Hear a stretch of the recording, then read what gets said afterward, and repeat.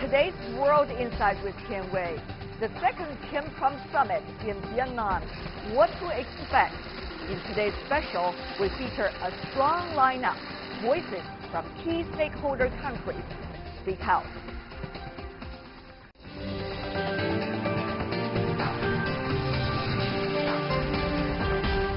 Hello and welcome to World Insight with me, Ken Wei. The program is coming to you from Beijing on CGTN. We begin today's program with the upcoming summit between U.S. President Donald Trump and DPRK leader Kim Jong-un in Vietnam. With final preparations going well, many can't help but recall their first summit, which took place in Singapore. The first meeting was historic, and it produced a communique that was light on details, though. Will the second meeting simply repeat the first one, or will it progress? Workers in Hanoi hurry to finish floral decorations ahead of this week's summit. The Vietnamese capital has undergone something of a facelift ahead of the meeting between Donald Trump and Kim Jong-un, scheduled to start on Wednesday. We need to bring in reinforcement and work day and night if we're going to be able to decorate the streets on time. For some, the Vietnamese capital was a surprise choice to host a meeting of such global importance. Its narrow, bustling streets not a natural venue for two such security-conscious visitors. But for those well acquainted with the complicated relationship between the DPRK and the US, there are obvious parallels. Vietnam and the United States used to point a gun and knife at each other, but now they are friends. We expect Vietnam to be the best venue to host the event for North Korea and the United States to make history. Imaginative entrepreneurs are already capitalizing on the opportunity of the summit as commemorative T-shirts are prepared for sale. And the model of the Vietnamese free market is something the US hopes the DPRK might follow. From international pariah to economic powerhouse, as Donald Trump tweeted last week. Vietnam's leadership may also be hoping to catch the attention of Donald Trump. Maintaining a strong relationship with the United States is vital to Vietnam's regional position. The U.S. and Vietnam have reconciled and are actively working to build a strong relationship for mutual benefits. By hosting the meeting in Hanoi, they may want to send a message that former enemies can become friends and partners, and the Vietnam lesson can be applied to the DPRK in terms of its relationship with the U.S.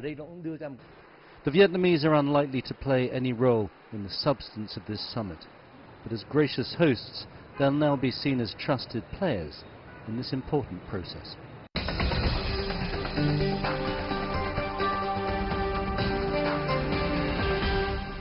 So how will this time's Trump-Kim summit influence inter-Korean ties? We are joined in Seoul by Jong Lim, assistant professor at the College of International Relations in Mitsumeikan University. In Washington, D.C., we have Soo Kim, former CIA DPRK analyst. It's good to have two ladies joining me on the Korean Peninsula issue. Let me ask you first, Ms. Kim, how should we understand the ever closer and relatively fast getting together kinds of discussion between the North and the South over the past 1 year? Well, I think when we talk about in the context of what has been taking place since the Singapore summit, there has not been much progress made in the way of North Korean denuclearization, and talks have been deadlocked between the United States and North Korea. So South Korea, playing this active role as the designated driver in North Korea issues, has taken upon itself to make sure that the talks are back on track. How do you see that speed? You see, at different administrations of South Korea, there are different approaches toward the North, and this time certainly very proactive. Some historical moments even on the screen we witnessed over the past 1 year. The question really is, what exactly is the structure that Seoul is having in mind in its approach? I agree with the other panelists, Ms. Kim, too. South Korea is trying to maximize our role as a kind of mediator. or even as a messenger between the United States and the North Korea. It has been probably, of course, probably precedented before. But compared to, for example, like 2017, when the tension between the two countries was escalating, if you think about that specific year, it really changed a lot. And I want to, and I think I cannot but just emphasize the role of the South Korea as a mediator. Because without probably the role of the, especially President Moon Jae-in, without his role, I couldn't think, this kind of, all these changes could happen between the two. Because it's not only just about the structural things, about the kind of chemistry between, compatibility between the leadership as well. In that sense, again, I would like to emphasize again, the role of the South Korea and the role of the specific government, again, the Moon Jae-in government, as a mediator between the two countries, two major players, again, here, the United States and the North Korea. Cliches have it that you have a very compassionate people on the Korean Peninsula. And I have noticed that through my friendship with many of my Korean friends as well. However, passion is one thing. Trying to make things happen with a lot of enthusiasm is one thing. A structural approach, on the other hand, on such a strategic issue is another thing. So, Ms. Kim, when you research about both the DPRK and the current approach by South Korea toward Pyongyang, what exactly are the signs of structural approach you have noticed? Help us to line it up. Sure. Well, I guess going back to the point of the Singapore summit, which is where basically all the talks started, you look at what was produced between President Trump and Kim Jong-un. Yes, it was a historic moment where, unprecedented, for the first time, a U.S. president, incumbent president, met with a North Korean leader for the first time. But if you look at the actual contents of the agreement, it was not an agreement in and of itself. It produced a 4-point agreement, the third point of which was the denuclearization not of North Korea, but the Korean Peninsula. So North Korea was able to walk away from these talks unhinged, without being obligated to hold up any part of the deal because there was no deal to begin with. Having said that, there was a lapse of 8 months where there was not enough progress on North Korea's part to show that it was committed to irreversible, verifiable denuclearization. South Korea, being caught in the middle, so to speak, with President Moon bent on making North Korea policy his legacy item, was found in a position where it had to grease the wheel, so to speak, to get the talks back on track. And that meant embarking upon its own shuttle diplomacy, trying to enlist support of the international community to buy into the idea of building rapport, rapprochement with North Korea in the form of easing sanctions. I see. Socializing the idea that leader Kim Jong-un is this young, well-behaved, Western-exposed leader who is deferential to his elders. And finally, using inter-Korean rapprochement and educational and these soft, benign cooperation efforts to paint this image of there is peace on the peninsula and we are going to achieve something that is going to be a landmark achievement. Yes. But on the other hand, Ms. Lim, is it fair that Ms. Kim has been portraying South Korea as the sole builder and the originator of everything that we are seeing these days, and as a result of that, to be ultimately responsible for whatever is to take place? That's a very sharp question. Again, if I can go back to Ms. Kim's comment, again, the denuclearization of the Korean Peninsula. I think many of South Korean nationals, we interpret that specific word, again, the denuclearization of the Korean Peninsula. Here, we don't see the specific subject But still, a majority of the South Koreans, I think, and majority of probably, hopefully, American citizens too, we should interpret this denuclearization of the Korean Peninsula. Again, the main subject here should be North Korea. Because ever since the 1992, the agreement between the South and the North about the denuclearization of the peninsula, and South Korea has implemented all the steps. And we don't have any tactical or strategic nuclear weapons in the territory of Republic of Korea, whereas, again, the North Korea has developed further.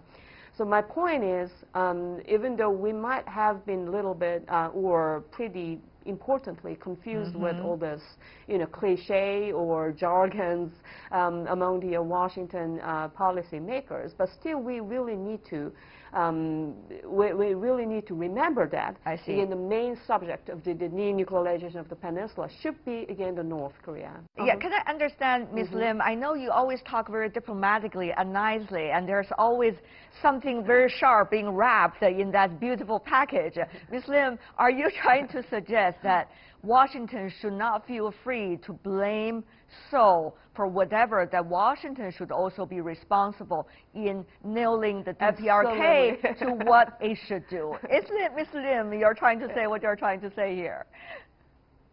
Yeah, absolutely. And our perspective is, again, the ROK-ROK-US alliance is a separate issue from all this denuclearization process. In that sense, again, I mean, we are alliance, and we, of course, share the responsibility. So I won't say that, again, the South Korea is exclusively responsible for all this. Ms. Kim, let me go to you now about that. Sure. Also a related point.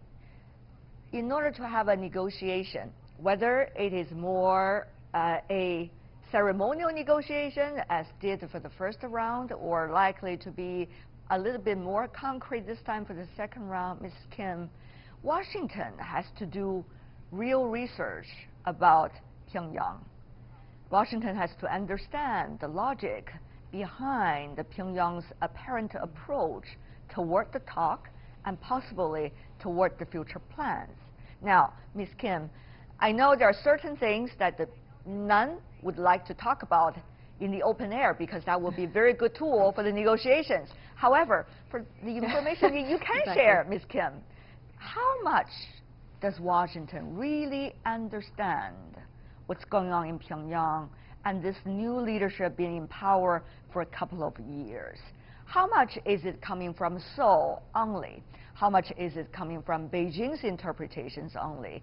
And how much is the real research sophistication of Washington about the DPRK, Ms. Kim? Well, that's a really good question. And before I answer it, I want to just clarify that my answer to the previous question was not that South Korea was focused on the wrong aspect of the nuclear issue. The point was that in the context of what was agreed upon, what had started the Singapore summit in the first place, denuclearization of North Korea was never really, there was not much progress towards that. Going back to your question about whether or not Washington is doing its right research, whether or not we have our ducks lined up in a row, we're dealing with an administration where it's bifurcated between President Trump, who he's really impulsive, he's prone to cajoling, he likes flattery, he's kind of like a ticking time bomb. So he's running his show where he wants to take this negotiation to a top-down approach, dealing with Kim directly. Now, the working level people underneath him, they have an understanding of how North Korea works. Going back to the notion of peace, of denuclearization on the Korean Peninsula, denuclearization of North Korea, those are very specific definitions that have been ingrained into North Korean history for 7 decades now. And for Washington to enter into talks thinking that, just going into a second round of summits without an agenda, without really a strategy in mind, it's dangerous because it has implications not just on bilateral relations between Washington and Pyongyang, but also on the message that we're sending about proliferation, on the potential that if we go down the path towards, let's say, an end of war declaration or a peace agreement, there's potential that we could see, a drawdown of U.S. troops from South Korea, which could place U.S.'s commitment to the region into question by South Korea, by Japan. It also leaves an opening for China to reassert or to, I guess, strengthen its assertion in the region. Ms. Lim, I go back to you before we wrap up this round of discussion. Now,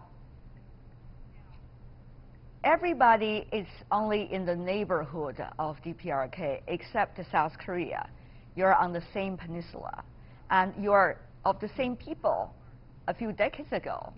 And still have extremely strong ties if you look at the relatives' visits and emotional moments like that. The world is touched at those moments. So, Ms. Lim, to Seoul, it is much more than a strategic issue. And yet, you have to think about it so strategically in order to bring all the players toward the same direction with you. Now, that is a very interesting balance for any individual or any country to keep. Ms. Lim, help me understand, what about that balance? That's very true. We cannot actually deny the structural transition in this region, especially East Asia. Again, the rivalry between the United States and China is increasingly prominent over any issues, not only just, and the trade conflicts, but also in many different technological rivalry or many different fields. We do really see all this increasing competition between the two. And having had that, again, we have this denuclearization issue of, I would say, again, the North Korea. So my point is, here in this region, we're now experiencing this transition, again, structural transition from the post-Cold War era toward something else. We don't know what exactly it is.